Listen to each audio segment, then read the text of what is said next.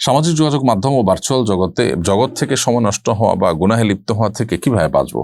আমি আমার বাবার বাড়ি থেকে যে সম্পদ পাবো, সে সম্পদ যদি আমি আমার ভাই এবং বাবা আমাকে না দেন, তাহলে আমার করণীয় কি? আমার সন্তান বলে আমি যদি আমার বাবার বাড়ির সম্পদ না নিয়ে আসি, সে আমার উপর দাবি রাখবে, এক্ষেত্রে আমার করণীয় কি? সামাজিক যোগাযোগ মাধ্যম ও ভার্চুয়াল জগৎ থেকে সময় নষ্ট হওয়া বা গুনাহে লিপ্ত হওয়া থেকে কিভাবে বাঁচবো? দেখুন, এটার জন্য দরকার একজন কোচ বা মেন্টর রাখা, একজন উপদেষ্টা রাখা, যিনি আপনাকে নিয়মিত গাইড করবেন, এবং এই বিষয়ে অ্যাওয়্যার থাকা সবসময় খুব বেশি জরুরি।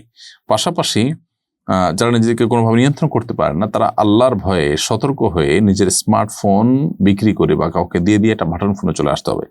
একটা লম্বা সময় তিনি যদি 2-4-6 মাস যদি এভাবে এক্সারসাইজ করতে পারেন, সাময়িকভাবে মনে হবে একটু অসুবিধা হবে, অনেকের সাথে যোগাযোগের সংকট তৈরি হবে, কিন্তু সেগুলো আসলে যতটা আমাদের জন্য ক্ষতির, তার চাইতে আমরা এই অ্যাক্টিভিটিসের মধ্যে ডুবে থেকে তার চেয়ে বেশি ক্ষতির কিন্তু কারণ হচ্ছে আমাদের।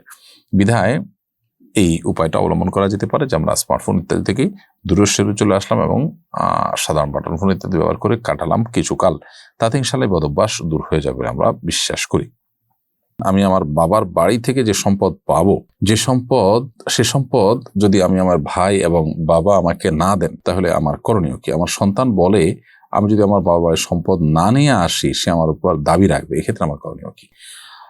সম্ভবত কোনো বোন আইডি থেকে প্রশ্ন করেছেন। এই প্রশ্নের উত্তর হলো যে আপনার সন্তানের এই কথা বলার কোনো রাইট নেই। আপনি আপনার বাবার বাড়ি থেকে সম্পদ না আনলে সে আপনার উপর কি দাবি রাখবে? দাবি রাখার কোনো রাইট বা অধিকার তার নেই। আপনি কোনো সম্পদ বাবার বাড়ি থেকে পেলেন কিংবা উপার্জন করলেন, সেটা আপনার। আপনি সেটা রাখবেন, দান করে দিবেন, অথবা কিছু রেখে যাবেন। আপনার মৃত্যুর পর সন্তানরা সেটার ভাগ পাবে, মালিক হবে। এটা সম্পূর্ণ আপনার বিষয়।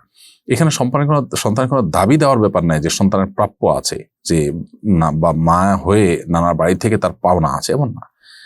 মা নানার বাড়ি থেকে কোনো কিছু নাও পেতে পারে, কোনো সম্পদ নাও থাকতে পারে, আর থাকার পর সেগুলো মা চাইলে খরচও করে ফেলতে পারে। একান্ত তার ব্যাপার। শরীয়ত মানুষের ব্যক্তি স্বাধীনতাকে এমনভাবে নিশ্চিত করেছে যে আপনার সম্পদ আপনি আয় করে আপনি ব্যয় করবেন। এখানে কারোর কোনো ইন্টারফেয়ার করার স্কোপ নর্মালি নেই। তো সেজন্য আপনার সন্তানের বলাটা সঠিক নয়। এরপর কথা হলো যে আপনি আপনার বাবার বাড়ির সম্পদ তারা না দিলেও যদি আপনি জোর করে তাদের কাছ থেকে আনেন, সেটা আপনার জন্য জায়েজ হবে, বরং উত্তম হবে। কারণ কিয়ামতের ময়দানে তারা আসামি হবে যদি তারা আপনার সম্পদ থেকে আপনাকে বঞ্চিত করে।